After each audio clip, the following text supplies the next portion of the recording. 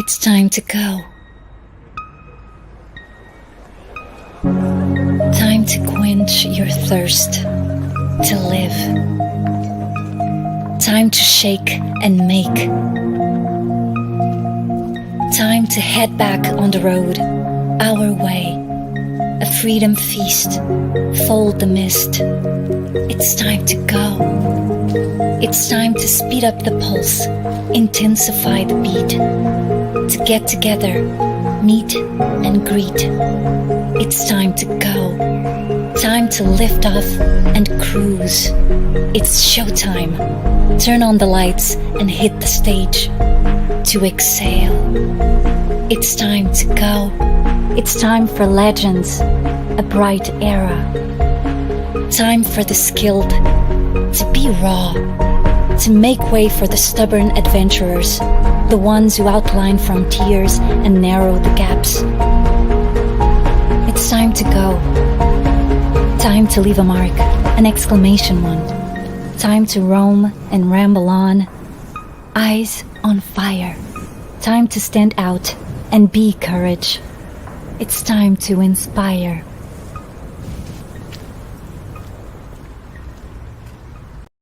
Becoming a Portuguese citizen, your framework to an expedited path to dual citizenship.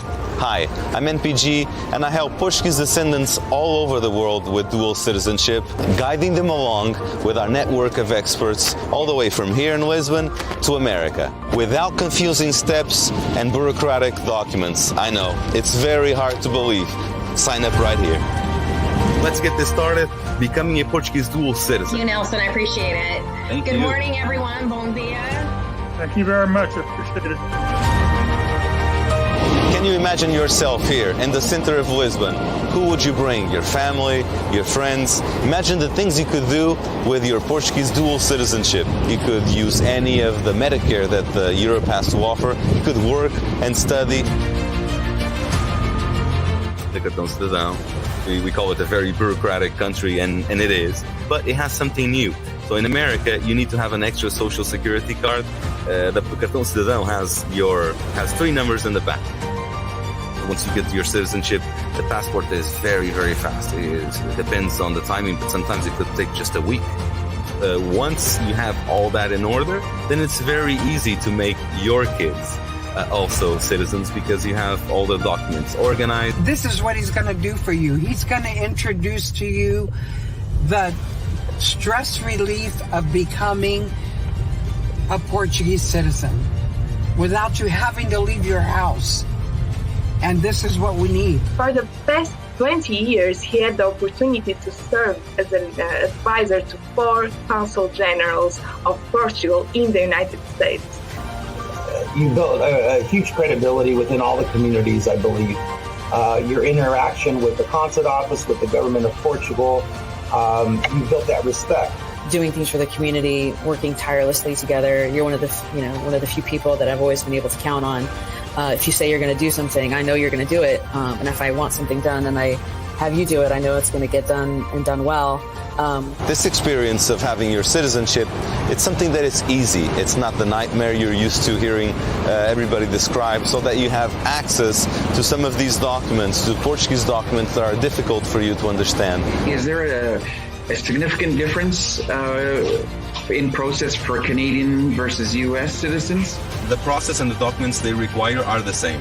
And I am in Hayward, California, over here on the sunny side of the bay. Digam-me se preferem que eu fale convosco em português ou inglês. I've been interested in many years to become a Portuguese citizen. Getting up in age, and I would like to go over there more often, and I'd like to become part of the Portuguese community. I already have both originals. I have a question about my birth certificate, passport, and driver's license. Do I just click on that link? So the email went through, and I'm getting the app on my phone right now. This team of people you could trust, people that could really take care of you and your citizenship, walk you by the hand all the way through the process. Very knowledgeable lawyers, solicitadores, notários públicos. From here in Lisbon, from America, in Portuguese, in English, you can find your path to citizenship. Or even if you are a citizen, but you want to get the citizenship for your kids, and you're wondering what do you need to do, what's the next step, to interact with us, to be on the same room and talk back and forward about your process so that we could help you identify your path to citizenship. Thousands of citizenships, complex cases, and solve problems that you weren't able to solve up to now because they don't answer the phone or they don't email you at the places you've been trying. And you'll have access to this beautiful team, and I will be here with you, guiding you and helping you. If there's one thing you know I do is I get things done, and I will help you getting your Portuguese dual citizenship. He was elected to represent the Portuguese community in America as advisor to the Portuguese government. That is something that is priceless, and I'm a perfect example. Trying to do it on your own can be extremely frustrating and lead to a lot of dead ends. O Nelson sempre mostrou uma capacidade de trabalho enorme, de boa vontade para chegar ao fim de uma meta. Incredible in terms of the work ethic. Your character is one that is to be admired, and you're a doer. You facilitate the process. Become Portuguese citizens, especially in Portugal, because it takes decades to get something done. He's not trying to get your money. That's not what it's all about. It's all about his heart, because he wants to help people without spending a lot of money and spending time. And then you'll be waving the red, green, and yellow flag, and you'll be going, Heroes do Mar! Become a Portuguese dual citizen, your framework to an expedited path to dual citizenship.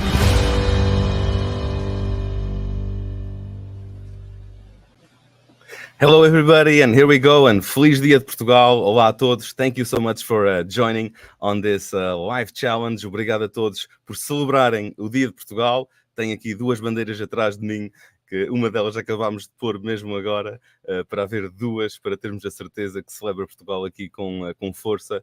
The Day of Portugal, Portuguese Communities and Camões is a day that is celebrated all over the world, and I would say more outside of Portugal than actually in Portugal, where I'm standing right now, in the center of the archipelago, in the island of São Jorge Açores. Thank you so much for joining, and I know that you have many things to do on a Friday. Friday is one of the favorite days for everybody, and I really appreciate you being here to learn a little bit more about how you can become a Portuguese dual citizen.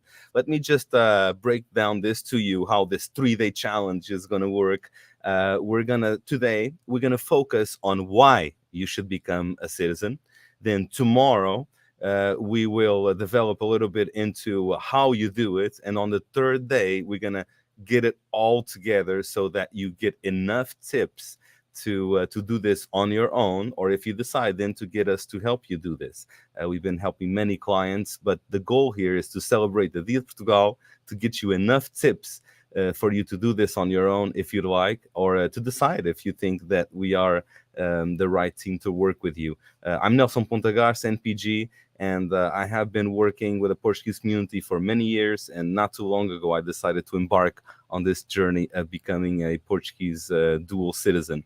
And thank you so much. We have more than 1,000 people register for this live. We are live on Facebook, on YouTube, on LinkedIn, on multiple pages.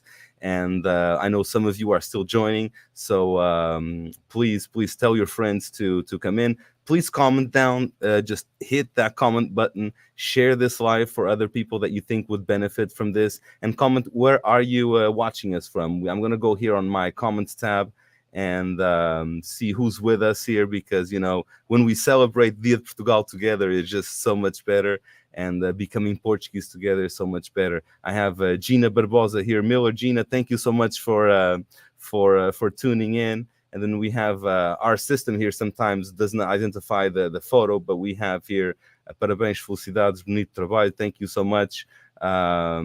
I hope you can hear me well. There's here a comment on the volume, but I think the volume is good. I have a microphone right here in front of me.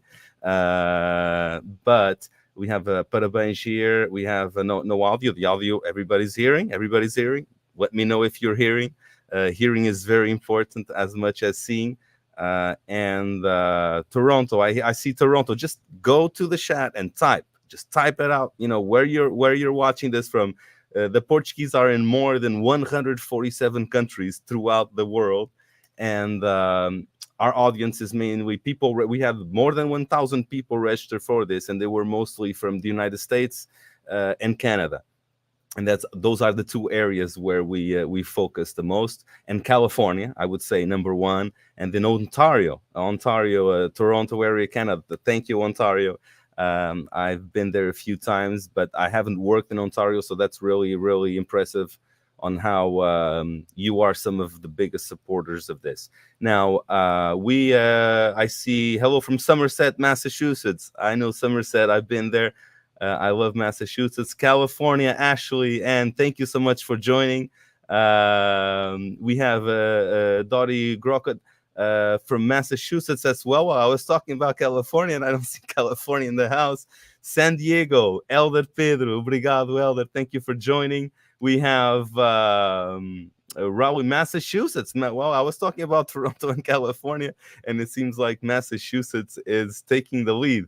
São Leandro, the home of the UPC, one of the first Portuguese fraternals in the world.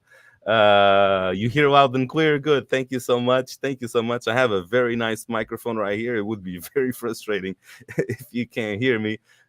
Sacramento, California, our capital. Thank you so much. Sorry, some of the photos are not showing up because I'm on a system that gathers all of the networks we're on. We're on YouTube, we're on LinkedIn, we're on the Facebook group, and if it's outside of some of the direct links, like my personal page, it won't show the photo. But I'm sorry about that. Bradford, Ontario, Clarington, Blacksburg, Virginia. Just type it up. I'm gonna keep going here, see what everybody's. Santa Cruz, our beloved Santa Cruz, California. I'm watching here. Amazing, your life, you are the best. Well, thank you so much. I really appreciate that. You know, we all get nervous when we're live. I've been doing TV for more than 20 years, but it's mostly edited reports. When you're live, you know, you're always afraid the internet's not going to work, or the mics is not going to work, or you're not going to like it for some reason. And I'm serving you here with a free challenge, and I really, really hope you enjoy this. Santa Cruz, California, Massachusetts again. Thank you, Massachusetts. Artesia, California, one of my favorite places in the world, Southern California. Hello to my friends. We have somebody very special here from Artesia, California that is going to come up. Tony Muniz from Lake Frederick, Virginia. Morgan Hill, California. New Bedford, Massachusetts. Ontario, yes, Ontario. I was bragging about Ontario, and Ontario is finally in the house. We had a lot of people, I think about 100 or 200 people from Ontario to sign up. Artesia, California, here again. Thank you, Artesia, the home of Terceira outside of Portugal. That's what I usually call Altares in particular. If you're from Altares, type it in. Type in from where you're watching. It's Ponta Delgada. Thank you so much. I know in Ponta Delgada, you're probably already a Portuguese citizen. So thank you for watching this and celebrating Dia de Portugal, although we're going to be focusing on how to become a Portuguese dual citizen.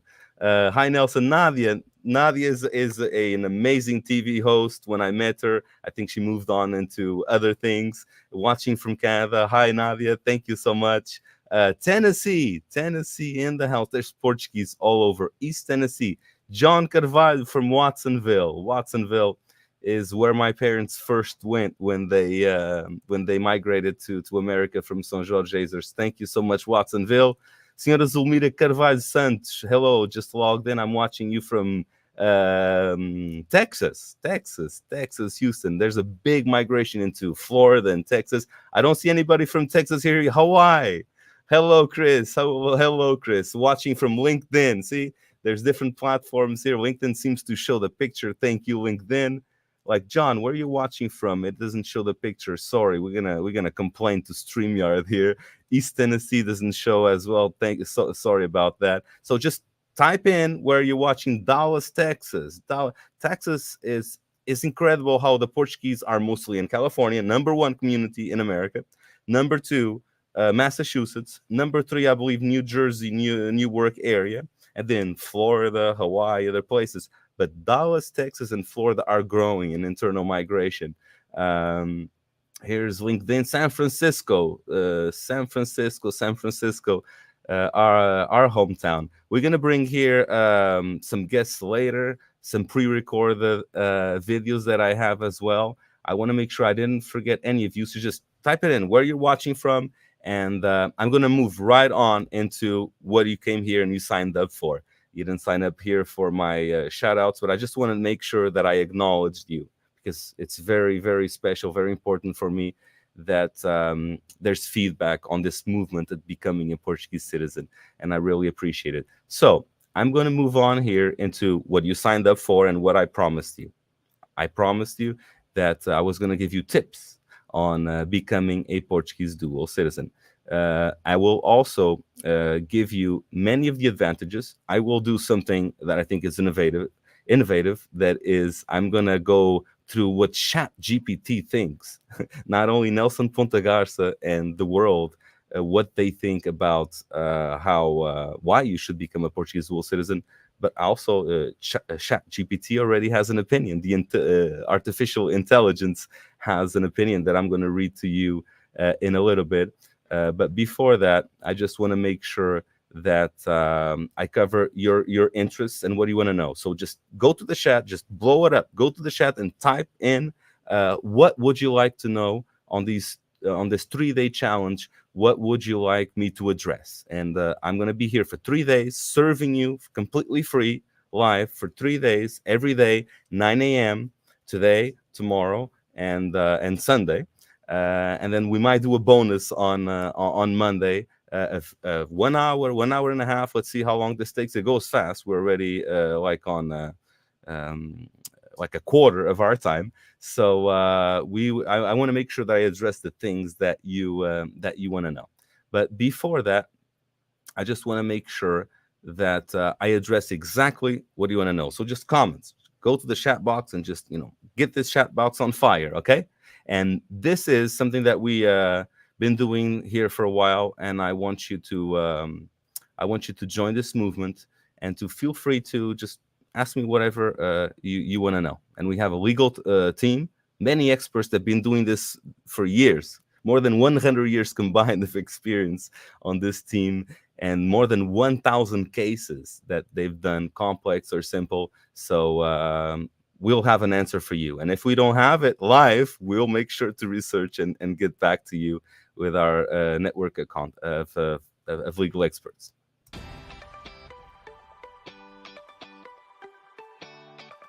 Were you born in Portugal? Great! You are a Portuguese citizen. Contact us to get your Portuguese ID and passport. Was one of your parents born in Portugal? Citizenship Path 1 is for you. Was one of your grandparents born in Portugal? Citizenship Path 2 is for you. Is your spouse Portuguese, or have you been living together for 3 years or more? Yes? Citizenship Path 3 is for you. Becoming a Portuguese citizen, your framework to an expedited path to dual citizenship. www.portuguesecitizenship.org. Olá, muito bom dia a todos. Good afternoon, good morning to all of us live here with us this Friday on this one-day challenge on becoming a Portuguese dual citizen. And I'm going to reveal tips for your framework to an expedited path to dual citizenship. We're going to go all the way back home to Portugal so that you could figure out your connection to bridge your roots, your ancestors to your dual citizenship that you own from being either a son of a Portuguese, or if your grandparents were Portuguese, or if your spouse is Portuguese. Those are the 3 paths that we're going to cover today, with tips that I've learned throughout the past 20 years on becoming a Portuguese dual citizen. If you felt confused, if you felt like you could not do this before, I want to put those worries away, because with these tips, I'm sure you're going to be able to do this on your own, or with your help, and this is going to be the year where you find your path to dual citizenship. I was born in Los Gatos, California, in the United States, and when I decided to go back to Portugal and start my first business, it was a culture shock. A culture shock because the documents, the legal procedures are so different in Portugal from what we're used to in America and Canada and in more than 152 countries where the Portuguese and all of our descendants live for the past more than 100 years. My goal here today with you is to show you how I built this proprietary framework that took me more than 20 years. I can't wait until I could show you how this could work for you right here today on this challenge. For the past 20 years, I had the opportunity to work as a consul advisor, serving the last 4 consul generals in the area of San Francisco that covers 13 states in an area that goes, it would be equivalent to Lisbon, Russia, as far as geographical area. And I was also elected to represent you voluntarily if you live in the United States as your advisor to the Portuguese needs, to the Portuguese diaspora in Portugal, in the CCP, as an advisor to the Portuguese government. This experience as government advisor gave me the skills, gave me the contacts, gave me the network to be able to build this framework that I'm presenting to you today. From early on, I always had a strong desire to serve my community and to go towards whatever their needs. And this is something that we identified as one of the areas where the Portuguese need help because they don't always have access to the consul generals, to the embassies, and to the documentation that they need, whether it's from America or from Portugal, to be able to become a dual citizen. Just a few years ago, I was just like you, very frustrated with the Portuguese legal system. It was, like I told you before, a big culture shock. And this is why this experience that I've had, I think will be very useful to you, especially so that you don't do the mistakes I did when I first started investing in Portugal, having a residence in Portugal, and doing all the things that you might want to do in the future or have that privilege to your kids or grandkids. For the past 20 years living in California, I always had the dream that I could live between Portugal and America. And about 5 years ago, I decided to bring my family to Portugal and start this path of living half of the year in Portugal, more specifically in Azores, and the other half, in this case, in America. I know a lot of you do this already. A lot of you might want to do this in the future, and having your dual citizenship facilitates this process. This experience living in between both worlds gave me a good understanding of both legal systems. They are very different. Are you ready to get started? You can do this. The only thing you need is somebody to advise you, somebody to show you all the steps that you need to take towards your dual citizenship. When I first started my business in Portugal and I started this transition, I looked for a solution like this everywhere and I could not find it. For the past several years, I've been writing books, documentaries, very involved in the Portuguese community, as I told you before, as your representative in the United States, and also documenting the Portuguese presence throughout the years on documentaries I produced for RTP, on books that I wrote about the Portuguese presence. And throughout these years, I always had people tell me that one of the things that they needed, somebody to help you serve on the community, was this area of everything that has to do with a connection with Portugal, with dual citizenship, with Portuguese documents. And this is why I decided to do this free challenge, so that you get some tips to go ahead and become closer to your country of origin and the country of origin of your ancestors. Portugal has never been so popular, especially in these past few years, as you've been seeing online, on TV, with friends. A lot of people moving from America, from all kinds of different countries. They're moving to Portugal, so getting your dual citizenship, it's only going to become harder as there's more and more requests that the Portuguese government needs to process. So this is the time to get started. This is the time to do it. Can you imagine yourself in Portugal? What area of Portugal would you go? What area of Portugal are your descendants from? Would you be going to Lisbon, to Madeira, to Azores? Imagine going to Portugal with your dual citizenship, all the advantages that you have from that, from the long lines in the airports that you don't have to go through because you are now a European citizen, from discounts on air travel, for the ability to be able to live half of the year or the whole year in most of the European countries, because once you get your dual citizenship, you're not only a citizen of Portugal, but you're also a citizen of most of the main European countries. So today, as promised and as advertised, you will be able to access this framework that I developed, this framework that took me more than 20 years of work in the Portuguese community, of frustrations with the Portuguese bureaucracy, with frustrations with all the steps that you need to take that are not always clear. And I developed this proprietary framework that will be very clear for you. And now you will have two options after this challenge. You will have enough tips to do it on your own, or if you decide that you would like us to help you, we have a vast and a very, very qualified group of legal experts all across America and Canada and Lisbon to be able to do this for you from the comfort of your home. So you don't have to leave your home, go to any Portuguese legal institutions and get your dual citizenship. So let's get this started. Are you ready? Before we start with the paths, I'm going to show you the three paths from parents, grandparents, and spouses. We're going to focus on those three. There are many more that we could go through. There are many other paths to dual citizenship, where we're going to focus on these three. Before I move back there to my desk and I continue this live with you, I want to show you some of our legal experts that work with us and some of their tips on becoming a dual citizen. I'll be right back.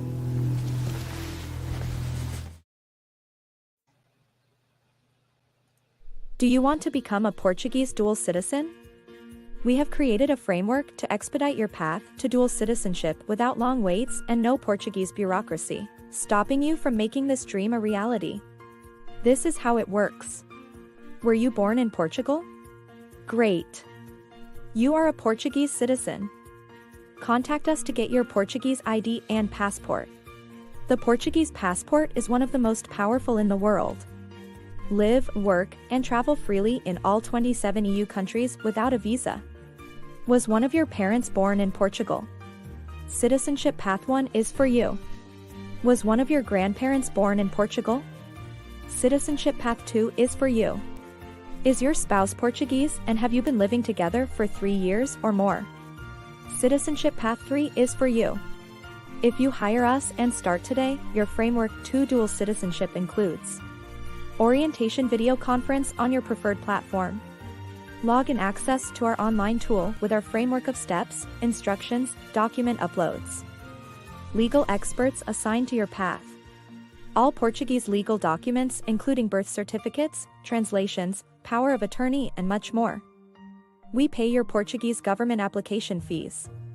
We help you scheduling your appointments, including American institutions and Portuguese consulates, embassies, etc. We submit your citizenship application in Portugal with our online expedited framework. You receive a welcome package mailed to your home to securely mail documents. It includes my book, Portuguese in California, The History of Generations, $60 value, free. Not having to deal with Portuguese bureaucracy, priceless. Unrestricted European Union access to 27 incredible countries. Education and career opportunities. Consular assistance and protection worldwide. Extend the same privileges to your spouse and children. Embrace your Portuguese roots and maintain dual citizenship. Portuguese citizenship is a privilege that could expire after the third generation. If you do not act now, you could lose your opportunity to become a dual citizen and your kids will no longer qualify. The link to your Portuguese heritage will be broken forever. Becoming a Portuguese citizen. Your framework to an expedited path to dual citizenship. Sign up today and take advantage of our monthly payment limited time offer. We are with you every step of the way. www.portuguesecitizenship.org. All right. So, as promised, the why. The why That's one thing we get a lot on when we advertise the challenge on serving you during this day of Portugal. Why should you become a Portuguese citizen? And earlier I told you that ChatGPT already knows. So if ChatGPT knows, you should know. And before I tell you why I think in a simpler way without artificial intelligence, let me tell you what this common knowledge says already about becoming Portuguese. That is not me or a consul general, the government of Portugal, or anybody else. So here are the top reasons why you need a Portuguese passport and how our service can expedite the process. Unrestricted EU access, EU being European Union. Live, work, and travel freely in all of 27 European Union countries without a visa. And of course, we can speed up that process. Education and career opportunities. Unlock countless study and work opportunities across Europe. Consular assistance and protection.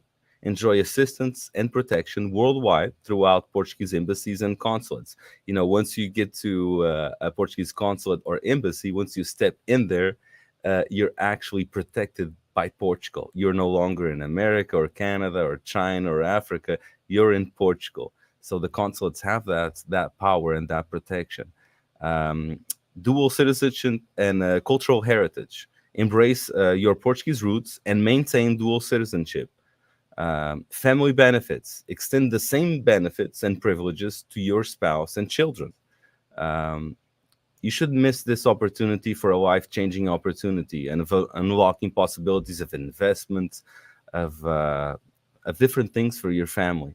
So these are the main areas that ChatGPT identifies. Now, on my perspective, my take on it, not in this specific order. Number one, have you traveled to Portugal before and noticed that when you go to the airport and you get to the border, or whether you're in Lisbon or Ponta Delgada or Funchal, there's a huge line going on for the non-European, for Americans, Canadians, everybody else, right? The tourists. Even if you say you're Portuguese, you're really, unfortunately, not Portuguese unless you have where is it? That I don't have the passport, but I do have my cartão de cidadão right here. Unless you have one of these, and one of these won't work. You actually, for traveling, you need the passport. But it's like a fast track. You know, I remember when I was in California, I used to purchase the Clear system, and it's becoming really expensive. I think it's about $200 a year just for that now to kind of go fast, or like the TSA pre-approved. If you do this,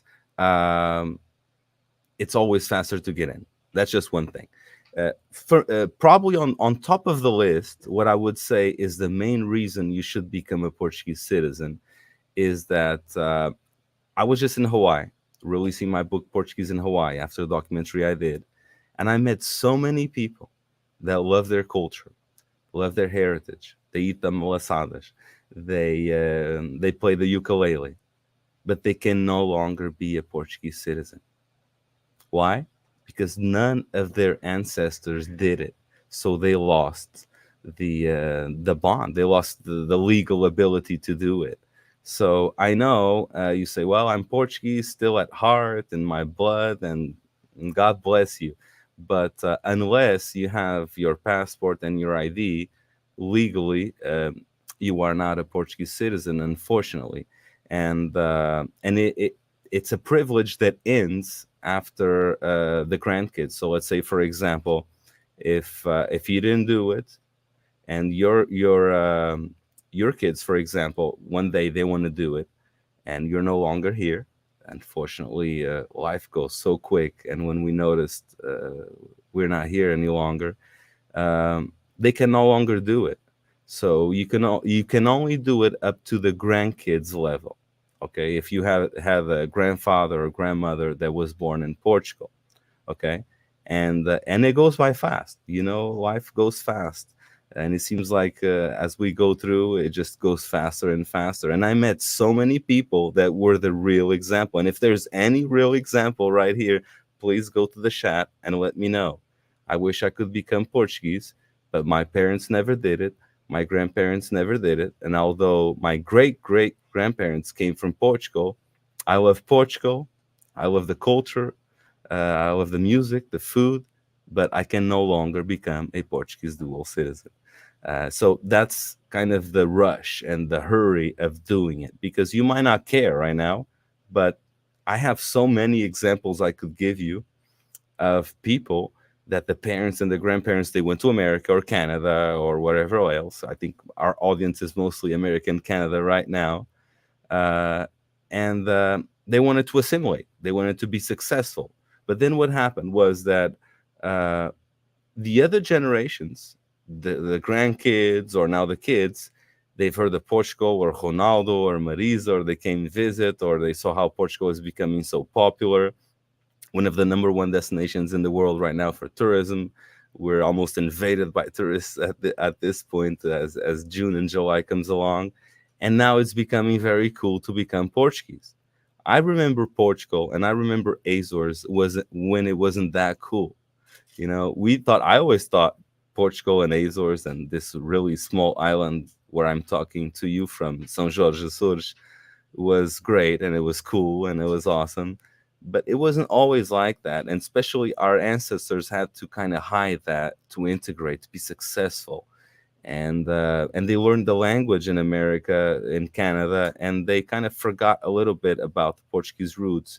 And they did great lives. They were very successful, but they sold their property. They never kept up their paperwork. So what happened was that now they can't do it. So I would say the main reason you should become a Portuguese citizen is because you don't know if your kids or if your grandkids will want to do it in the future. Another reason is, and I don't want to get political and claim that Canada or America might not be as great as it was when our parents went there, might not be the land of opportunity that it was when even myself, I was born in the United States, but I came back when I was 6, and then I went back when I was 20, and America was still a beautiful country that provided me so many things, and to me and my family. And but I would say, and this is just my personal take, although it's a beautiful country that I love to visit and I go often, it might not be the same place it was before. The opportunities might not be there like they were before. And on top of that, we don't know what's going to happen in 1 year, 2 years, 3 years, 5 years, 10 years, especially, with the world politics that we have right now, with the wars, with the political divide that we have, whether you're left or you're right, or you like Trump or Biden or whoever comes next. We're not going to get there, but you don't know. You just don't know if in 5-10 years it's going to still be the same peaceful, beautiful land of opportunity that it is now. And I hope it is. But if it's not, it is always very, very important to have a second option for your family, and especially for the next generations. So on this, I say, don't be selfish. Even if you think that, you're settled wherever you're living at, and you don't care about, eventually living abroad, you should do this, because you don't know if the next generations want to do that, and they will regret that you didn't do it. And I met so many people, and Hawaii is a great example. Not only there, but because they went there, they assimilated, they did great, and now the kids or grandkids want to do it, and they can't because it was just lost. So those are some of the reasons. Another reason is Portugal and Europe. That's one of the things many people don't know, is when you become a citizen of Portugal, you become a citizen of more than 27 European countries. So Europe is like, imagine United States or Canada. United States, you have California, Massachusetts, Texas, all these beautiful places. And I'll go back to the comments because I see a lot of comments here. Thank you so much. Just tell us where you're from. What do you want to know?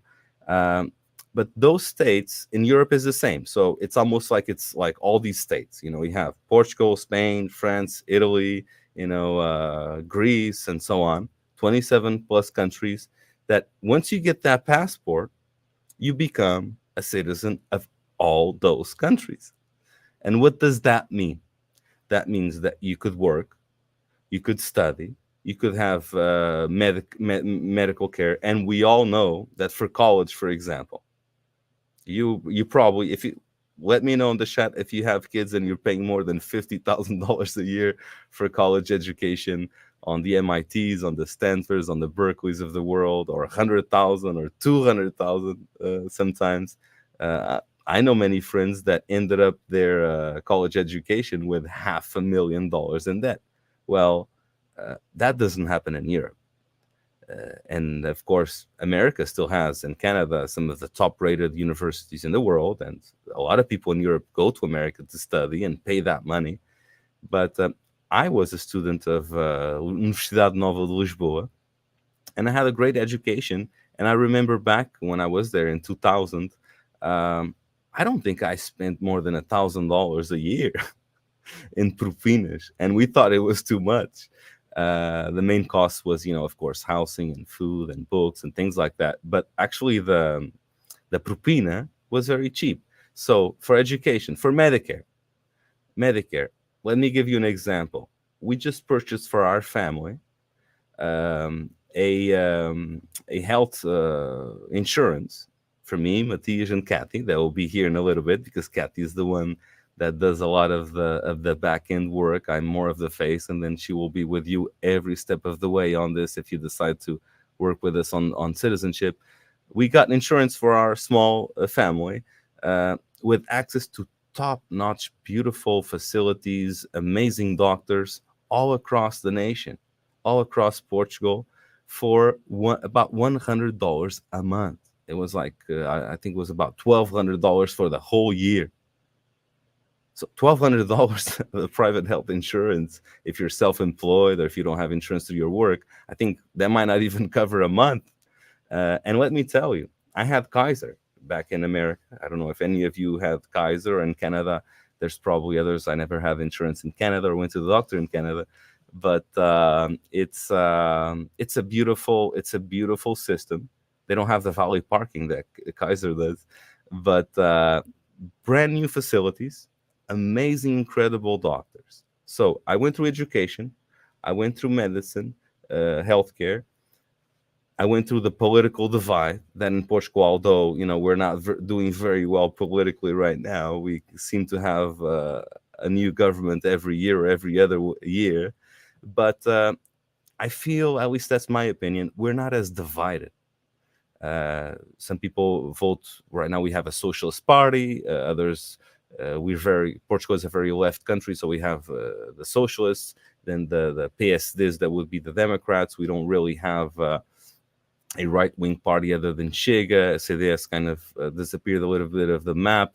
We're more to the left, but although we're to the left, and I see good in the left and in the right, either way, on political terms, but we're not as divided. We could talk about things. Security.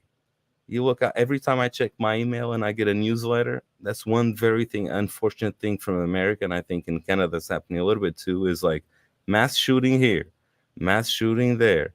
Well, we don't... Ever since I've been here, I think there was only one shooting I remember, and it was one important person at that Muslim mosque. But that was it. I mean, it's not something that happens frequently. It's considered one of the safest countries in the world, arguably. I believe there might be safer places than Portugal, because Portugal has big capitals like Lisbon with a lot of people. But the Portuguese people are amazing people, beautiful people, peaceful people, that I think you will find it to be a beautiful place for you to spend some months, to retire and go from there. So this is my take on some, and I could go on a whole challenge on the benefits of becoming a Portuguese citizen on that sense. But just to sum it up, Medicare, college education, a stable and undivided country. A beautiful place to live, whether you're from Azores. That's another thing I want to know. It's not the soccer team that you love, but it is what area would you come? What area do your ancestors come from? I know that in California, for example, about 90%, although there's no official numbers, they come from either Azores or Madeira. In New Jersey, New York, it's more the continent. Hawaii is Madeira and Azores, and then they're just throughout the states. There's people that are from a mix of different areas, and I know that now mostly it's the Americans. Let's say you're Portuguese, you marry an American, a Latin person, an Asian person. It's them. My experience in helping clients is that it's the non-Portuguese person that is kind of pushing to come back to Portugal because they want to change. So this is my take on why you should become a Portuguese dual citizen. Now we come to another step. Is like, are you convinced that you should become a Portuguese dual citizen or not? I want you to put it on the chat. Let's just type it up. I want to become a Portuguese citizen, and I took so long on this because when I advertised this on a promotion that I did that have more than 500,000 views, more than 1,000 shares all across platforms, one of the main things that would come up all the time was, why should I become a Portuguese dual citizen? So I wanted to spend a lot of time on this, and we did it.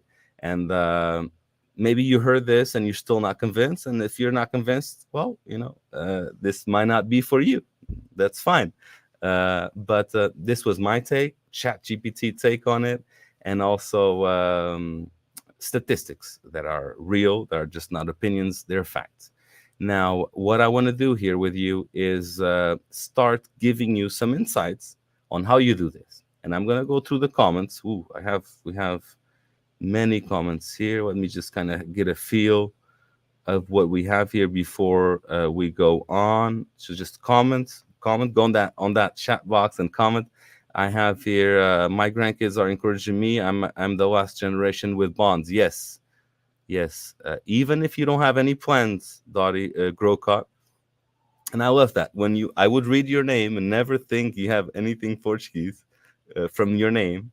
But there you go. My grandchildren are encouraging me, and I'm the last generation with bonds. Yes, you should do it.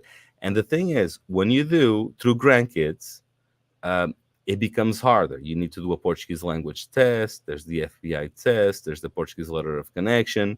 So it's faster and easier and cheaper if you do it from the parents. So ideally, if you could do it from the parents, do it. You were born in Lisbon, Portugal, so you are a Portuguese citizen. You're all set.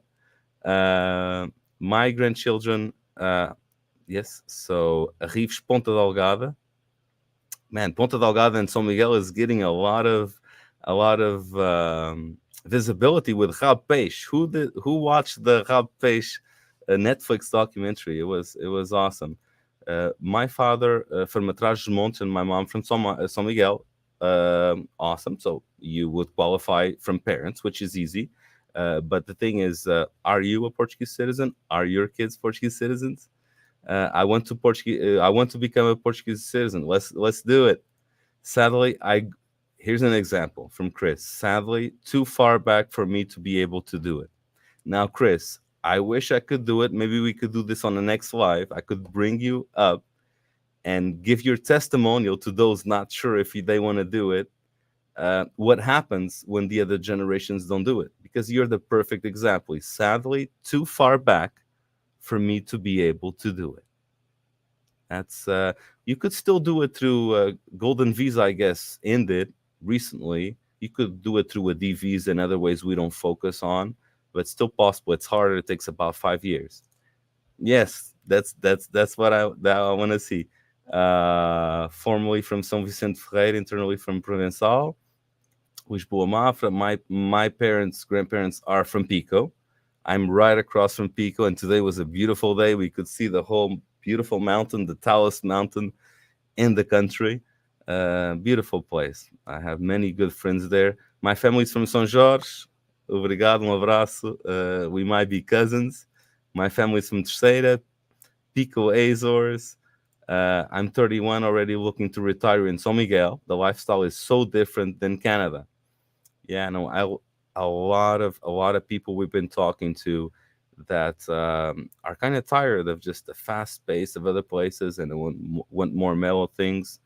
Wow, America is very expensive education. A joke and insurance. I wish I could move to Portugal, but my husband doesn't want to.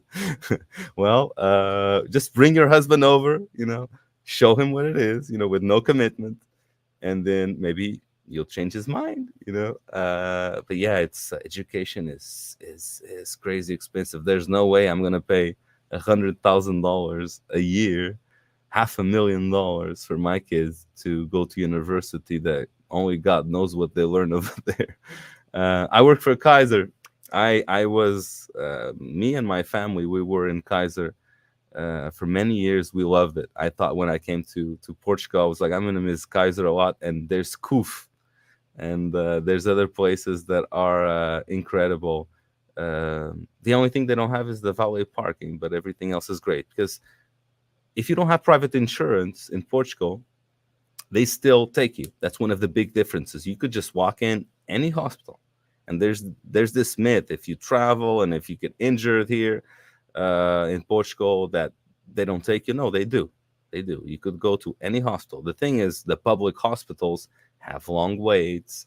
The conditions, the facilities are not the best. And from this island particularly that I'm talking to you, it's a complete disaster. We don't enter that place, and we don't advise anybody to enter that place. But if you do private insurance, it's very affordable. Unfortunately, it might not be affordable. 100 euros a month, $100 a month, 110. It's too much for the people living here, unfortunately, because the salaries are really low. But if you come from America or Canada, $100 a month for insurance for your whole family is kind of a joke, isn't it? And then they have beautiful service. I am Portuguese. I was born in Lisboa, immigrated to USA, became American, and now would like to get my Portuguese passport. Don't have updated information in Portugal. I am Portuguese. Okay, so here's another thing that I want to clarify. That's another one besides why should I become a Portuguese citizen that people ask us all the time. And there's big confusion. And actually, they get sometimes very aggressive on my posts and my advertisings. Is like, I just got my Portuguese IDs and it only took me a month and it was super fast, where you're talking about a year and this being complex. No, there's a big difference. If you were born in Portugal, unless you revoked your citizenship because of whatever reason to become American. Back in the days, I guess you had to do it sometimes, or you decided to do it. Some people were born in Portugal and then revoked their Portuguese citizenship. But in general, I would say 99% of the time, if you were born in Portugal, you are Portuguese. So let me clarify that, because that's a big confusion that people have. Other than why should I become, what's the advantages? It's this. If you were born in Portugal, and that includes Azores, Madeira, and anywhere in the mainland, and actually the former colonies, Angola, Mozambique, there's several, you can qualify to become a Portuguese. You could get your documents. What happens is a lot of people, they were born here, but they left very young, 2, 3, 4, 7, 10 years old, and they never kept track of their documents. So here's one big tip. One of the major tips, I think I could give it to you, and this is a perfect example. I'm Portuguese, was born in Lisbon, immigrated to USA, became American, and now would like to get my Portuguese passport. So I could say with 99% confidence, because there's like probably 1 out of 100 where this is not accurate, that if you were born in Portugal, you are Portuguese. So you don't have to go through this whole citizenship process. So imagine in America or Canada, this is the example. You were born in America or Canada, You just never renewed your documents. You never cared about your passport or your stuff, right? You're still American. You're still Canadian. All you have to do is renew your documents. And for that, what do you need to do? You need to prove that you were born in Portugal. How do you do that? With your birth certificate. Now, you ask me, how do I get my birth certificate? I never had it. I've never seen it, or I had it, I lost it, it got burned. We have all kinds of stories. Well, Portugal is a very bureaucratic country. But there is one thing that Portugal does way better than America and Canada. That is, we could get your birth certificate in 24 hours. And Kathy's going to come right here on, and she's going to attest to that. Kathy is... and then I'll continue going on the comments and your questions. Just comment. Tell us what you want to know, so I could go exactly to the point to what do you want to know. And like, I came to this live, and he's not really telling me what I want to know, because I'm trying to figure out what do you want to know. And I think there's nothing better than the comments to really address your questions directly. And if I don't know it, we have a legal team that knows it. But in general, we've done this enough that, it just repeats. So Kathy's going to come over, and she's going to tell us a little bit about how easy, and Kathy was born in America. She was raised in America. She just moved to Portugal recently. And she's experienced doing this with us on retrieving Portuguese documents.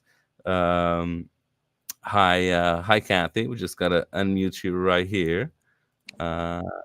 Here, there you go. Hi. Hello.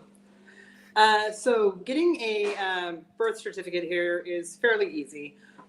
We just need to know the full, complete birth name of the person that we are pursuing the birth certificate for, their date of birth, where they were born, and then we also need to know their parents' full names. Once we have that, we input it into a system, send it off to the government, and they usually get it back to us with about 24-hour turnaround. The only difference with Portuguese birth certificates versus US birth certificates or Canadian or most places is that they also use it as a system of recording things that you've done in your life. So if you've gotten married, if you've gotten divorced, if you've gotten remarried, all of those things are listed on your birth certificate on a second page. So birth certificates expire in 6 months. So after 6 months, they would have to be reordered again to then complete the process. So that kind of also helps us on the fact of, well, my parents are deceased. I'm not sure if they were registered. Do we need to go that process? Well, it's easy. If we pull one of the birth certificates, it'll tell us that. I also saw on a couple of the comments, why do I have to register my marriage for my kids? Portugal wants any documentation here to match where you are currently living. So if you've gotten married, divorced, remarried, and then had kids, Portugal's going to want you to marry, divorce, marry. We try to simplify that and make it so there are some cases that doesn't have to happen, but they want essentially your lifetime in the US to be created in Portugal so that it matches. So you're a citizen of both countries, or, we have triple citizens also. They want everything to match so that you don't have. And that's a good point, Kathy, because a lot of people ask, I'm a citizen of American Canada or Mexico, or can I become? It depends on the country. Most countries allow triple citizenship.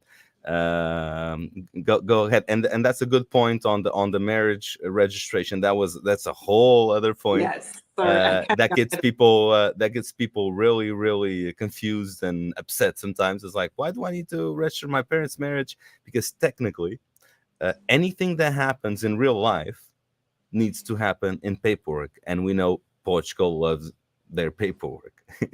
They love papers, they love bureaucracy, but on that sense, it's the same in America and Canada. So if your parents went to America and they were Portuguese and they never reported their marriage or their divorce and whatever they did, I have to agree. Although, what's my opinion on the context of the Portuguese government and all the congressmen there? that you need to follow up a paper trail of what happened in life. So that's one of the things that a lot of people get frustrated is with a marriage registration. But we have good news for you on that. Um, and here, even on this very small island of São Jorge and then in Lisbon, we could get your marriage registration or your parents or your grandparents done in 1 day. 1 day. Uh, in general, at the consulates at different areas, it takes 3, 4, 5 months to do it sometimes. If you have all the documents, because you might have to do like 10 trips until you get all the documents they need. And we'll get into all the documents you need on the next, because this is a 3-day challenge. But again, Kathy, tell us a little bit about the experience of, and especially you, that you were born and raised in America, and then kind of learning all this stuff over here. I think it's pretty cool for a bureaucratic country, the way like that the birth certificate, it's just a PDF, it's just a file. It's not like this fancy, crazy. You probably have one right there, right? In America, it's this fancy birth certificate that you get that costs $27. In Portugal, it costs 20 euros to get it. Not everybody can get it. Not everybody, and it's right there. Just a simple document, and then on the back page it'll tell us if you've been married, if you've been divorced, if you're deceased. It gives us all of the information that is needed for a lot of the steps. Right, and most in America and Canada, you need to go to the county. You used to be able to order it online, but now America and Canada, that was known for being fast-paced. Now, for most cases, if you order online, then you need, and we're gonna have Crystal coming up right here that could attest to that. Now you need to, if you do it online, you need to do a notary for them to really make sure it's you. Here, it's completely different. We could, with our legal team, if you give us the information, we could pull your birth certificate, which is just a PDF, and send it to you next day. Within 2-3 days, if you know, so that you don't tell us it's not 24 hours, but it's usually, right, Kathy, 24 hours, 48 hours. Usually, I mean, we've had cases where it's been same day. I think it just matters on how far back they have to go in archives and whatnot, but it's usually fairly simple. And then sometimes, if we're making this seem easy, and it is easy if it's 100 years back. So usually the rule is if the birth certificate you're looking for is about 100 years back, it's on the system. It's on the digital system that we go in and we pull it for you right away. If it's more than 100 years, which happens, we need to go do a little bit more research. We need to go to the churches or to the National Archives. And on that, we have contacts all over that do that kind of work. Sometimes it takes a little bit longer. But in general, most people just want a birth certificate from their parents or grandparents that it's not more than 100 years old. And it's I simple. say anything usually 1900 and till present. Usually 1915, 1917. I think that's kind of the... Yeah, I think my oldest that I pulled was 1908. Anything after that, then we have to start kind of digging into churches, because before that period of time, births were registered during the baptism. So we have one that I'm looking for now that was he was born in December of 1900, was baptized in January of 1901. So his birth certificate is dated in January of 1901. So on this, it's just kind of, each case is different. On this, what you really need to know is, and Kathy, remind us of what are the exact things that that whoever's watching us needs to have and to know in order to get that, because you just can't go there and type a name and it shows up. There's quite a few things you need to enter to get that. Let us know what that is, Kathy. You need to have the full birth name, date of birth, or vicinity of, because a lot of times back then, especially in the early, in the 1940s, 1930s, 50s, people would go register the birth when they could get to the main village. So the vicinity of the birth date. So you need a full name, the birth date, place of birth, full name of the parents. So full name And a of the lot of mother and times, full if name of the it's father. some of the things are not completely accurate, the system still gets it, Yeah. which is awesome. Now, to finalize that, Kathy, and then we're gonna jump right on Crystal, that is gonna come right on with us. Kathy, on the marriage certificate, not certificate, the recognition, o reconhecimento do casamento em Portugal. So basically, if you were married, or your parents, and they didn't do that, you need to do that. And people get a little confused with that. And can you attest a little bit to also how easy that could become something that people, and on the advertising, I remember walking the streets of Lisbon and telling you that some of these complex documents that you think is a nightmare and is a disaster and you can't get it, is not that hard once you know it. Because we thought it was hard sometimes, and we had those frustrations, and we learned, and throughout all these years we figured out this framework and this formula. And now we could get a marriage in America recognized here in a day. Yes. So to do that, obviously one of the parties would need to be Portuguese. So we would pull the birth certificate here. Or if both parties are Portuguese, great. That makes it much easier. We would then need a valid ID, a procuração that we would draw up and you would sign for us to be able to hand deliver your paperwork and register the marriage on your behalf. So it would be birth certificates. If it's a U.S. birth certificate, it would need the apostille. If it's Canadian, it would then need to be recognized by Ontario. And then the IDs would be sent with the procuração. We would have those recognized with our team that we have on the East Coast. And then they would send it over to us. We would translate everything, make sure everything is correct. Then we hand deliver it to the registries here. And then usually within a day, they have it back to us. We actually have one that we did not very long ago that was within a day. So yeah, it's not that hard of a process. And once, like again, as advertised, once you know it, and once you go through the frustrations, you realize that it's easier than it seems, easier than people picture it. Because even for us, and as I said in the intro, we went through a lot of frustrations because we were already all Portuguese. Matias, our kid, and by the way, Kathy, this is like a boutique, small firm boutique is the right term, I think. Kathy is my wife, and Matias was a citizen when he was 3 months old. So we never had problems with this process. We started this very early on, but we had a lot of problems with bureaucracy, as I described earlier to you, especially with opening a business, opening a bank account, land, property, because we do real estate, we do a lot of things. And it was very frustrating, and we almost felt like giving up and packing and going back to America for good. We tried to divide between America and Portugal, but on the first 2 years it was tough because it's I think in general, a lot of coming from when I did my citizenship. So my father, I'm going to give, because this is an example that will happen to a lot of the people that are trying to get citizenship, is when people left Portugal to go to the US or to Canada, and they got to the US and Canada, they would change their names to make it easier for America or easier for Canada. So like my dad, his name is George with a J. He got to the United States, went to the Social Security office.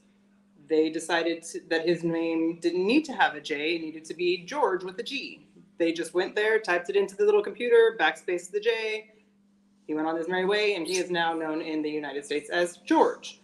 Here in Portugal, he is still George with a J. So when I went to get my citizenship, they were like, this isn't the same person, and there is no record of this name change.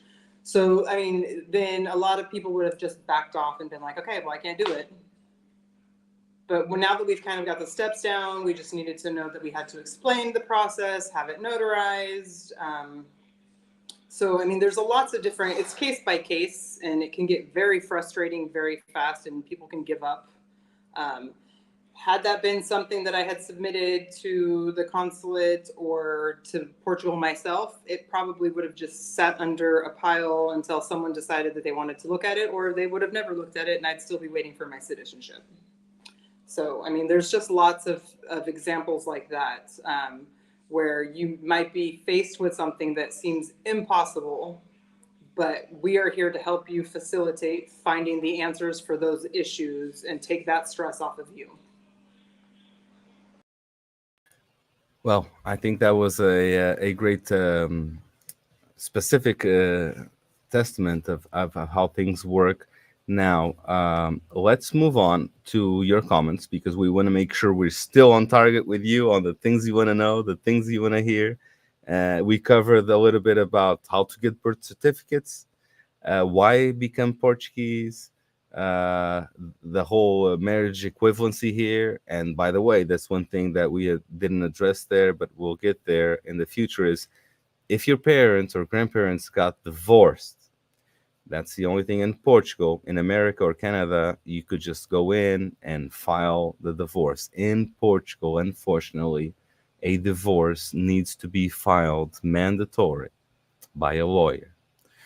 And we've digged and we've looked, and we have an amazing partner that has been doing this for 35 years or more, published several books, and it's got some of the best prices in town for that, because you can't do it on your own, even if you want to and you have everything ready.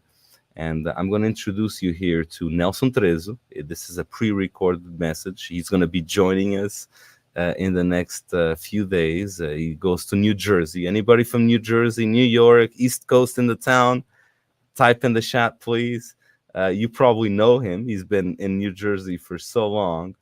And he's going to tell us a little bit about kids. How can you become a Portuguese if your parents, we call it path kids. When you say path kids, is if one of your parents was Portuguese, you are the kid. So it's the path kids. You could become a Portuguese citizen. And so that's how kind of we try to make it simple for you to understand. Is path kids is if your parents were Portuguese, so you're the kids. Path grandkids is if your grandparents were born in Portugal. And path spouse is if your spouse is Portuguese and you want to become Portuguese. There's other paths. There's more than 20 paths to become a Portuguese dual citizen. We only focus on these three, and it's already plenty. We have more than 1.5 million Portuguese descendants just in America, and probably another million or so in Canada. They say we have about 5 million outside of Portugal on this Dia de Portugal. And again, when we bring the Portuguese pride over here, the flags are back there. And tomorrow is the day where most of you are celebrating. And let us know where you're celebrating. Are you celebrating Dia de Portugal right now? Just let us know what are you doing. Send us some photos right on the comment with a photo or the comment or with just a text. But I want to show you now, I want to introduce you, Nelson Trezo. That is a lawyer with many years of experience. You might not know him in Canada or California, but everybody knows him in New Jersey, New York area. And he's going to tell you a little bit about how you could get your kids, or if you are a kid, of a Portuguese citizen, if your parents were born in Portugal, one of them, that's another thing, big tip, big confusion. A lot of people think that both parents need to be Portuguese. No, you only need one of them to be Portuguese or one of the grandparents. Just this tip alone, I think, is enough for this challenge, because that's one of the big confusions also, is that only one of your parents need to be Portuguese. So if one of your parents is Portuguese, you qualify for the path that we call the path kids. And the path kids is something that is not worth doing at a consulate. You should only go to the consulate for the things that only consulates do. Let me repeat that again.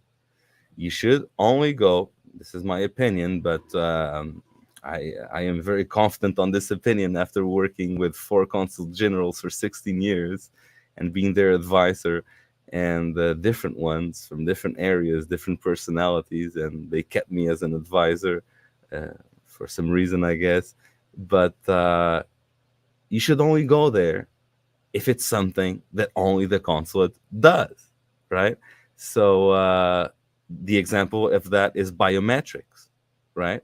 So there's no private service or do it on your own or get tips and do it by myself that could save you from going to the consulate on one step and one step only. When you have to get your biometrics, you have to go to the machine, take a picture, get your height, and do all those things. You need to go there. But that's only in the very end. In the very end, when you have already qualified for Portuguese dual citizenship, you don't have to go to the consulate for anything else. And the big difference of not going to the consulates is that the consulates send all the applications to Conservatório dos Registros Centrais.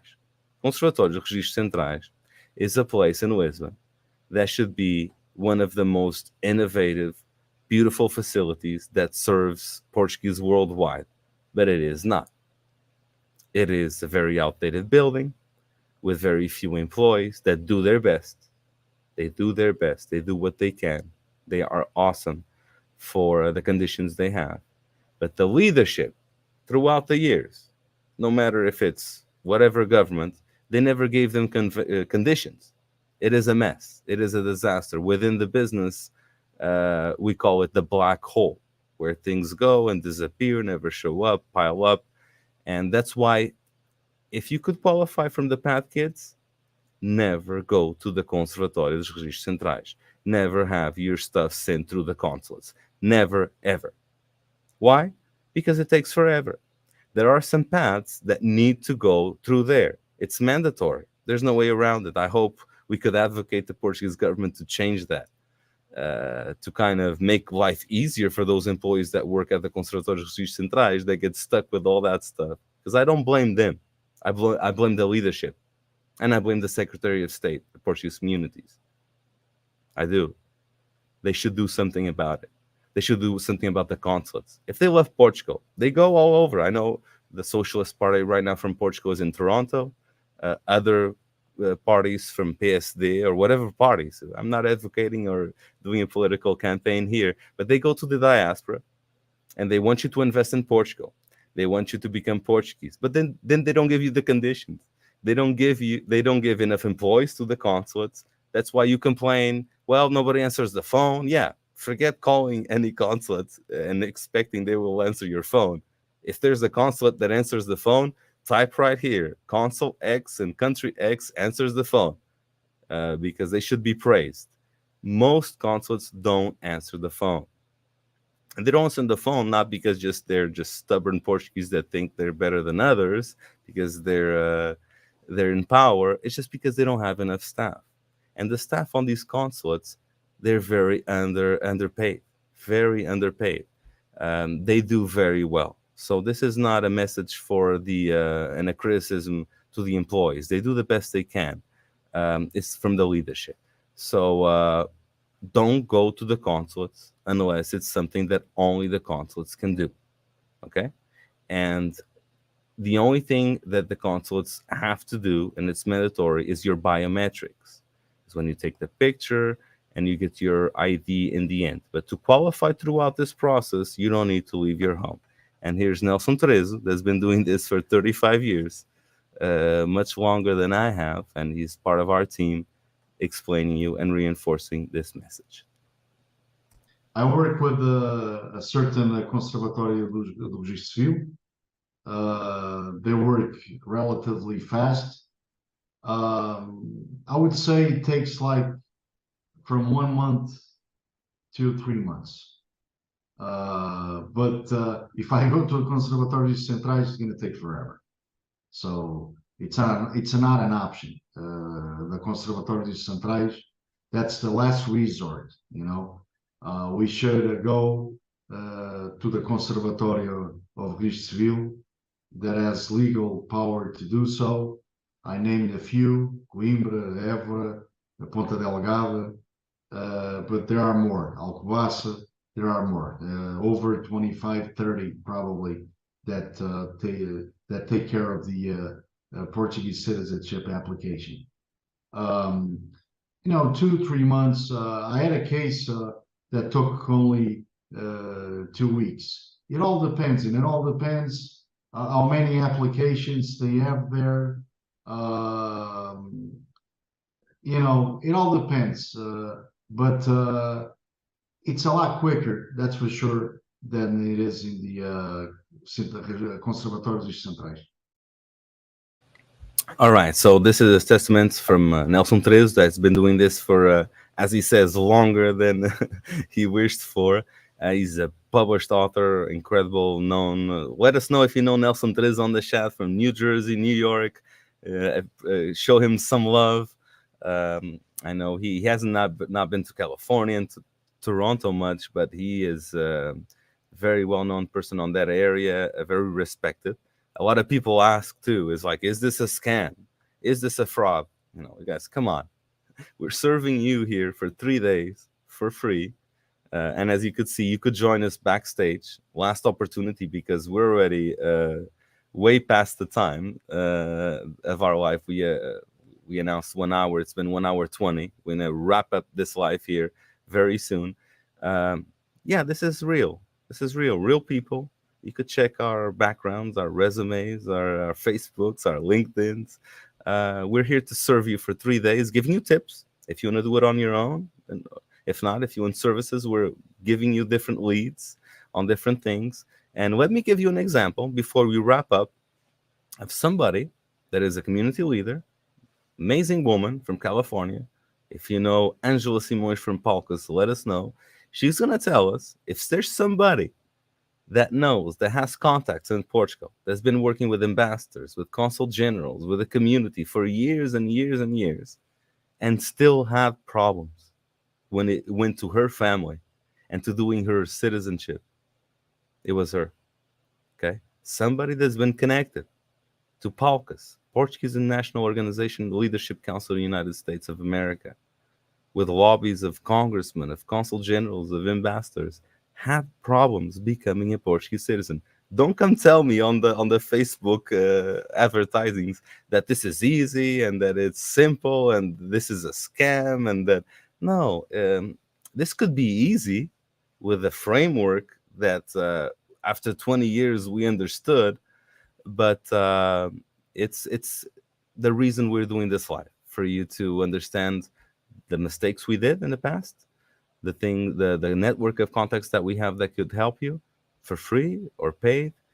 You decide. So here's Angela with a specific story on how, when you try to do it on your own, even somebody very qualified that knows a lot of people still have problems.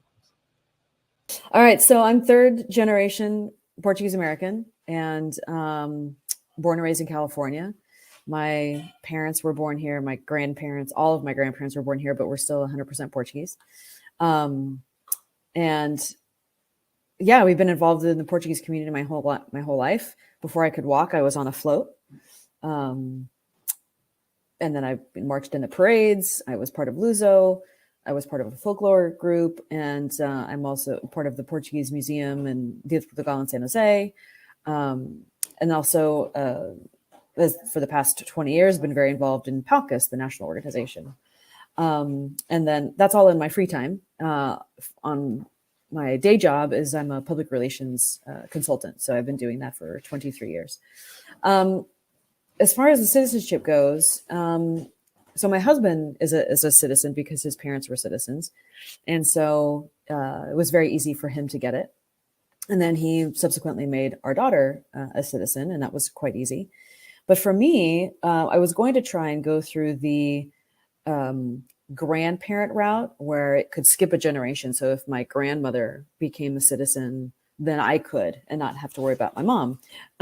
We didn't immediately go for marriage because we were told that is much more subjective. Also, we thought it might be cool for my grandmother to become a citizen after all these years. On her birth certificate, and she was born here in California, her name is spelled Alicia. It was a roadblock. It was just a straight up roadblock because there was no name change document. And this was over 10 years ago that we went down this route. So I think there may be a name change document that you can do now, but this was a long time ago where Portugal basically said, oh, well, it's not the same person. So unless you can show us a name change document, nothing we can do. So that was a big problem. And then the other problem was that the agency I was working through at the time said that they could not find my great grandparents' records. Well, because they were born before 1900, they were no longer, and it was the district of Forns da Godres. And so they just were like, oh, we can't find their records. So even if I was able to figure out the name change thing with my grandmother, because they couldn't find my great grandparent, her parents' records, there would have been no way to prove that she was their daughter, right? So it was just a mess. So we changed strategy and started the process for the marriage. So applying through marriage. I was told that you have to prove a really strong connection to Portugal. I didn't have to take a Portuguese language test. So that was good, though I probably could have passed, but I didn't have to take that. But I answered, it was like 30 questions that I was told at the time had to be handwritten. And then, just getting all the paperwork together takes a long time, right? You have to get an FBI background check. Yeah. So that actually wasn't too bad. You just go to a post office that will do it.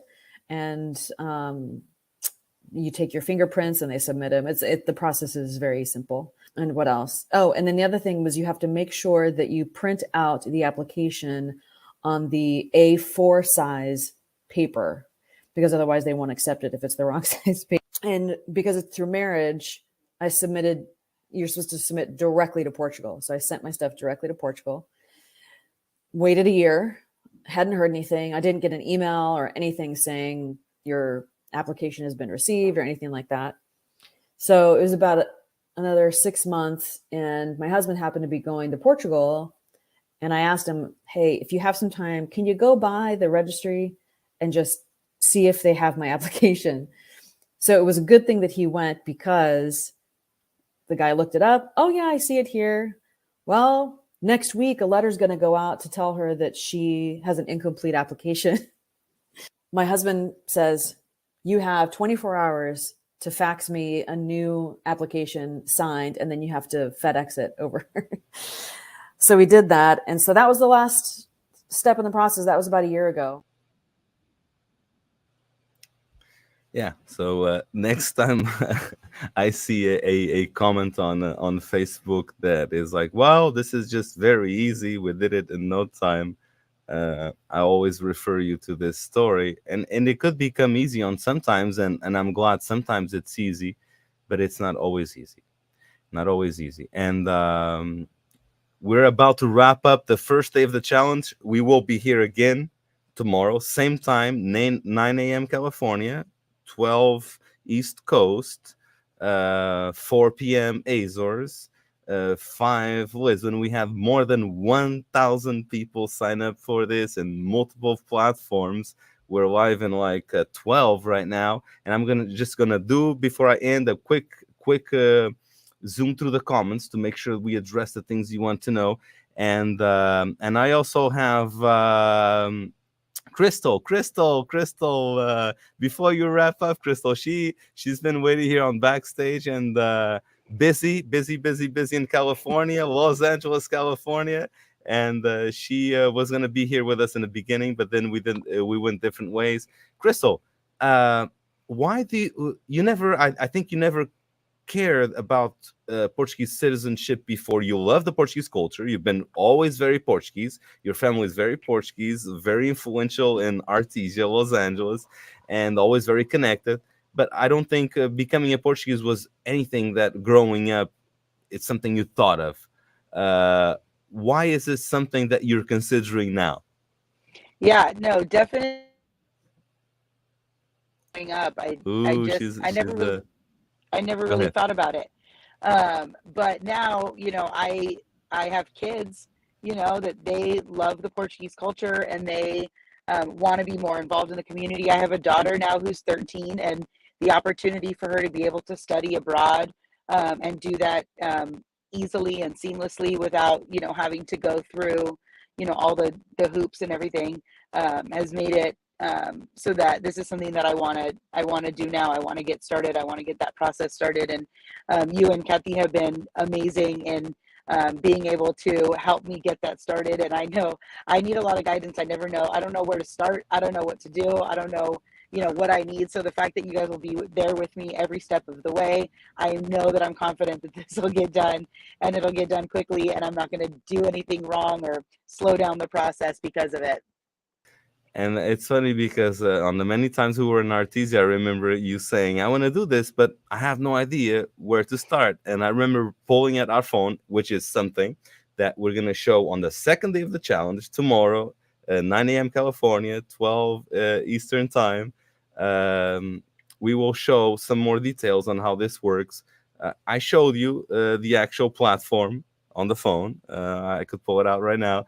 On the project management platform with every single little step that you do. Because one of the things people complain, and you told me, is like, I want to do this, but what's the first thing I should do? We list everything they need to do, who's doing it, what's the deadlines, what's the process, and you've seen that firsthand, and that's one of the reasons that I wanted you to also share that experience of seeing that listed in front of you. Yeah, it was really nice to be able to see all of the steps and in order of how they need to happen. And so it's like, start here, get the birth certificate, get that, check that off, move on to the next step, check that off, move on to the next step. And you can see all of those steps in the app. So you know what the process is. And I can't imagine trying to figure that out on my own and having to remember all of those steps and make sure that I'm doing them in the right order and that I'm sending everything to the right place. So having everything like that in one place makes it a little bit easier for me to say, yes, let's do it. Let's start. Because I think I never started because I just didn't know where to start. And I knew it was a daunting task, and being able to do this with you guys and kind of see that process, I know that all the I's are going to get dotted, all the T's are going to get crossed, and everything's going to get done the right way. And there's another thing that I think a lot of people don't get in the beginning, is that besides the fact of what they need to what they need to do, is deciding why to do it. And that's the final question, is why growing up so Portuguese, so involved with Portuguese, speaking some Portuguese, cooking Portuguese food like I know you do, raising your kids with some Portuguese language. A lot of people ask us, why should I become Portuguese? Why did you decide that you wanted to do that for you and your family? Yeah, the biggest thing for me is, I finally took my family to Cheda this past summer, and they loved it. And being able to travel there seamlessly and for less cost, that's a big reason. But I think for me, really, it was more so that my kids have the opportunity to be able to do that. My husband is not Portuguese, so he'll be able to get his citizenship as soon as I get mine. But for my kids, for them to be able to get their citizenship, so that if that's something that they want to explore in the future, they can. If my kids want to go, if they want to study abroad, if they want to study in Europe, it's much more cost effective for them to be able to do that if they are citizens of the country. And so for me, it's about me, but also more so that my kids can do it. My parents just had their marriage registered. They've been married for more than 40 years, and they just got their marriage registered in Portugal so that we could be able to do And this. It took them that many I years to do attested that. to the stresses that could bring. Yeah. So, but them doing that is now making it easier for me to be able to do it. And I want to be able to do that for my kids before they turn 40 years old, so that they can do that and be able to enjoy the benefits of having a dual citizenship in their prime years and being able to, explore that part of the world and that part of their culture. Right. Absolutely. Well, Crystal, you keep up with your beautiful, busy life and your big responsibilities you have there. I appreciate your time, and and even from your car you connected. We were going to connect. She was ready on her desk, but then she had to go. And that's a characteristic of America, that it just goes by. That's why we were going to do a live for an hour 15, and it's gone for an hour 20, because here in Azores time just slows down. And it does the same thing in Madeira. In Madeira, and in the mainland, even in Algarve, only Lisbon is kind of fast paced. And we love Lisbon as well for that, if you want to move to a fast paced place, but just a different country. Well, Crystal, thank you so much. Beijinho, and I will see you again live to celebrate Dia de Portugal here. And all the best to Los Angeles, California. Thank you so much. Perfect. Thank you, Nelson. Alrighty, so we're about to finish here our live. I'm just gonna go acknowledge everybody that had questions, that have comments. I really appreciate all of you. We're gonna be here back tomorrow and Sunday. Tomorrow is the real Dia de Portugal to celebrate here, and we're preparing here in the studio with Luis. Luis is right there, getting the cameras ready and getting us so I could stand up and have different special people join our live and make this even more interactive. This was the very first day. I hope it was good for you. I'm just gonna go really through, kind of see the feedback, because I'm doing this and hoping it's going towards what you want, but I will study this and make sure that I'm going towards your needs. I don't want to defraud you. I want to make sure that this is exactly what you expected. And if it's not, I promise you that after this live, I'm going to study it and make sure I address all the things you want to know. Elvina says, no, Punta Garça, I just left you a private message. Thank you. Yeah, you could private message me with because I know this is confident information sometime. You have passports, IDs, birth certificates. I want you to rest assured that your information is secured. And our framework, that app that she was talking about, is one of the best apps in the world, better than the Portuguese government apps said by Portuguese government officials as far as security, and a model for that. So your information is secure. It is secure. You could be confident of that. I'm wanting to have dual citizen for me and my children. Yes, let's do it. Nelson, obrigado pela informação. It's a pleasure to serve you. I have a great passion for the Portuguese community, although I'm in Portugal at this moment. I live between Portugal and America.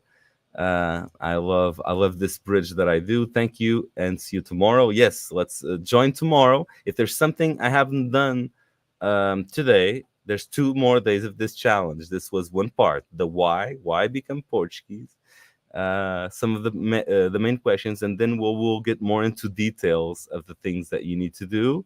Muito obrigado. How much would it cost? How much would it cost? What? Send me a private message on what are the costs. We have a private Zoom coming up right after for people that signed up, so that you could ask specific questions and you could interact with us. You have like 5 minutes to sign up for that if you want. I don't know if that's what you're asking. If you're asking for the general costs, there's different costs associated, not only even if you do it for yourself. If you do it for yourself, there's an application fee that is 200 to 225. There's power of attorneys, there's birth certificates, there's many costs. Could you update my birth certificate in Lisbon and request a Portuguese passport? Yep, we could get your birth certificate, like Kathy said, in 24 hours. Request a Portuguese passport. Yep, that's something we could coordinate with the consulates. That's the only time where you'll need to go to the consulate to get your biometrics. Do both parents have to be citizens or just one? Just one. That's one thing I remember. That's if you signed up for something, I think this is one big tip and one big secret that is not a secret, is that only one parent or one grandparent needs to be Portuguese, not both. Tree Christmas. My father was born in the Azores, but my father and uncle were born in the U.S. When they moved back to Azores, was young. My grandparents registered my uncle with Portugal, but we can't find the registration for my father. Can we retroactively register my father's birth with Portugal? The first step would be to find their birth certificates and then kind of see where it's at. Totally, very easy here in Portugal. Would you also have to register your parents' divorce too? In some cases, yes. If not always a yes or a no, it depends on each case. But most likely, if they were divorced, we need to register that divorce, and unfortunately, the divorce needs to be registered by a lawyer. And Nelson Teresa, that we introduced you there, has the best rates, the best experience, but it's not always the case. It depends. How long is this process? Yes, that's the $1,000,000 question. How long? Well, we don't want to tell you it's this long or that long because we don't grant you the citizenship. We're facilitators. We help. What we could do is what the Portuguese government posts and says, and usually it's under a year for kids, so the path 1, about 2 years for spouses and grandkids, but there's cases of people waiting for it for 5 years, 10 years. One thing for sure, if you get help, if you get our services or anybody else, or learn these tips on these challenges, you will get it done much faster. Because the thing is, you submit the paperwork, and then months later, years later, they tell you, well, there's something missing. The key is to have nothing missing, to have everything done right, so that we minimize the Portuguese bureaucracy right there.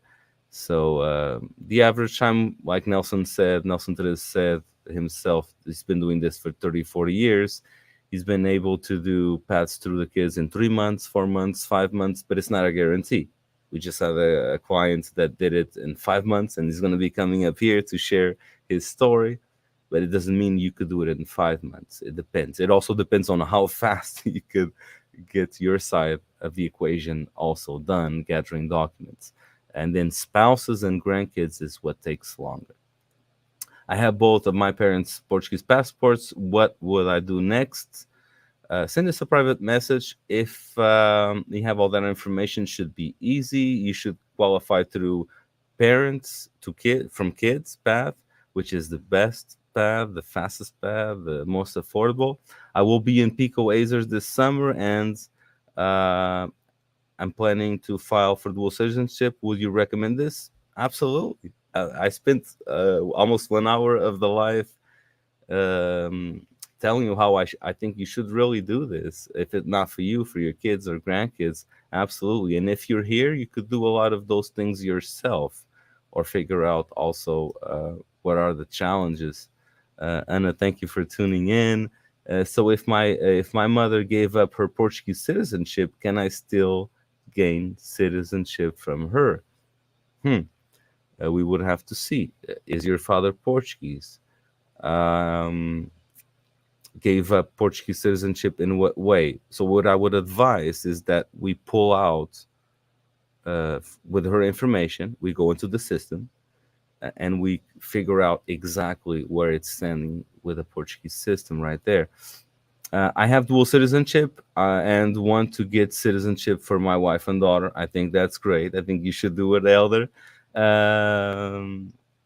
Your daughter will be easy, will be fast. Your wife will take a little longer, but she'll get there. Unless she was in the military or high-ranking government officials. Portugal wants to limit the conflict of interests on that, according to the law. I think I covered that. Maria Rodrigues, I have cartão cidadão, so all I need is the passport. My son is already a double citizen, needs the passport. Yep. So again, going back to that question of why it takes 1 year to some people, 2 years to others, 5 years to others, is people get really confused. I have a cartão cidadão. If you have a cartão cidadão, you're Portuguese. All I need is my passport. Yeah, good news. That's one thing. The consulates do an amazing job in general on that. And Maria, there's consulates. I know California really well. They have an amazing consul general. Shout out to Pedro Pinto right here. He hopefully he'll be joining us. He's celebrating Dia de Portugal all across California, but in different areas. The passport, if you have cartão cidadão, I've known cases where they could get your passport in a week. It's very easy to do that, and you have an expedited also option. So it's very, very simple. And in many consulates, you could go to the website, you log in, and you could schedule an appointment. And if you have problems, we offer a service also, $97, where we get you ready, we get you prepared. So if you have to fly from far or drive, I think you'll save those $97 just on gas or airplane tickets to get you prepared, so that when you get to the consulate, we not only schedule the appointment for you, but we make sure we have all the documents so that you have a pleasant, easy experience. I will be visiting São Jorge later this month and staying in Velas. That's where I'm at right now. Welcome. Send us a message. I'll be glad to see you. I will be back in California, but not during summer. Nobody will take me away and my family away from São Jorge in the summer, or the Azores or Portugal for that matter. Love it here in the summer. The winter might be a different story, and that's why we connect and work with RTP, with citizenships in California and in Lisbon. Our parents are in Rosais. Our parents are neighbors in Rosais. I wish I could see your picture. All of my grandparents are from Azores. My mother was from Pico. My father was from São Jorge. So you should do your citizenship for your kids. My parents and grandparents from Ribeira Seca, São Miguel, but I can't trace ancestry back to the 1800s in Coimbra. Okay, so that's the case. You could trace it 100 years, but if not, we have to go specifically. But we have partners, we have recommendations in different areas of the world that we could do that. I'm a Portuguese citizen. I want to get my wife and children and grandchildren their dual citizenship. I think you should do it. Let's do it. I became American in 1975 and never renewed my Portuguese passport. How will I get my Portuguese passport again? That's one of the things the consulates, they have. Like I said, there's some things you don't have to go to the consulate. Don't go to the consulate for citizenship. Go to the consulate only for the things the consulates do, and that only the consulates can do, like biometrics. This is one of the things the consulates do. So depends on your area. I don't know your area, but send us a message. We could help. My grandfather is my closest relative that was born in São Jorge. So you are the last link. You are the last link. If you don't do it, then it's gone. They could eat all of the Portuguese food, listen to Portuguese music. They will no longer be Portuguese. So you should do it. And São Jorge proud. We are from Terceira and São Jorge. Rosais, thank you. Rosais in the house. Absolutely. Want to become a citizen? Family from Ribeira Quente, São Miguel. Let's do it. Let's go for it. My father from Aveiro. Aveiro, a lot of people from Aveiro. I'm going to bet you're from New Jersey, New York. My family is from São Jorge and Terceira. I was born in California. That's awesome. My family is right down from the street from your wife's store in Velas. Yes, Kathy's opened a beautiful place called Zen Eats. There was nothing that was gluten-free. Here's the tip. In Portugal, people are still getting into the healthy food, so that's a great area of investment. Would love to retire in Pico. I agree. I love Pico. It's right across. I was born in Lisbon, Portugal. Well, let's all meet here tomorrow, 9 a.m. We're way past our time, 20-30 minutes past the live. I got really excited with the comments. We have more than 1,000 people sign up for this all across the different platforms. This was a beautiful time. I hope I really was up to what you were expecting. And if not, let me know. Type in the chat. You didn't address what I wanted to know. This is not what I expected. And I will try to be better tomorrow and Sunday. And we will celebrate the Portugal with amazing guests, with amazing people. And until then, please be proud of being Portuguese. Tune in. Thank you so much for being here. Really appreciate you. Muito obrigado. Abraço a todos. Becoming a Portuguese citizen, your framework to an expedited path to dual citizenship. Hi, I'm NPG, and I help Portuguese descendants all over the world with dual citizenship, guiding them along with our network of experts all the way from here in Lisbon to America, without confusing steps and bureaucratic documents. I know, it's very hard to believe. Sign up right here. Let's get this started. Becoming a Portuguese dual citizen. Thank you, Nelson. I appreciate it. Thank you. Good morning, everyone. Bon dia. Thank you very much. I appreciate it. Can you imagine yourself here in the center of Lisbon? Who would you bring? Your family, your friends? Imagine the things you could do with your Portuguese dual citizenship. You could use any of the Medicare that Europe has to offer. You could work and study. The cartão cidadão. We call it a very bureaucratic country, and it is, but it has something new. So in America, you need to have an extra social security card. The cartão cidadão has 3 numbers in the back. Once you get your citizenship, the passport is very, very fast. It depends on the timing, but sometimes it could take just a week. Once you have all that in order, then it's very easy to make your kids also citizens because you have all the documents organized. This is what he's going to do for you. He's going to introduce to you the stress relief of becoming a Portuguese citizen without you having to leave your house. And this is what we need. For the past 20 years, he had the opportunity to serve as an advisor to 4 consul generals of Portugal in the United States. You built a huge credibility within all the communities, I believe. Your interaction with the consulate office, with the government of Portugal, you built that respect. Doing things for the community, working tirelessly together. You're one of the few people that I've always been able to count on. If you say you're going to do something, I know you're going to do it. And if I want something done and I have you do it, I know it's going to get done and done well.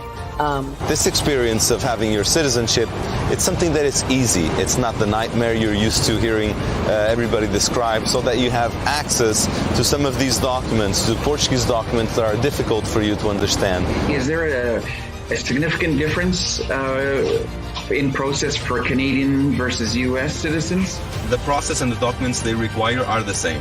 And I am in Hayward, California, over here on the sunny side of the bay. Digam-me se preferem que eu fale convosco em português ou em inglês. I've been interested in many years to become a Portuguese citizen. Give them up an age, and I would like to go over there more often, and I'd like to become part of the Portuguese community. I already have both originals. I have a question about my birth certificate, passport, and driver's license. Do I just click on that link? So the email went through, and I'm getting the app on my phone right now. This team of people you could trust, people that could really take care of you and your citizenship, walk you by the hand all the way through the process.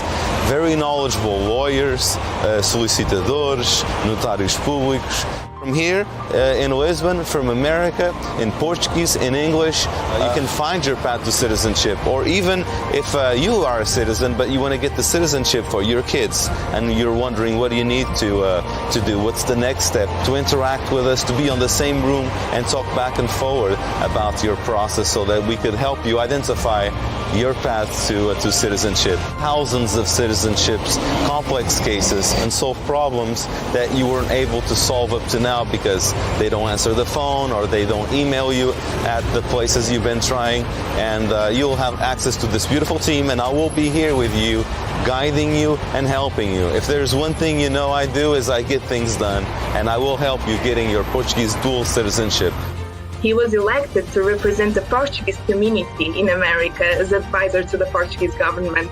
That is something that is priceless, and I'm a perfect example. Trying to do it on your own can be extremely frustrating and lead to a lot of dead ends.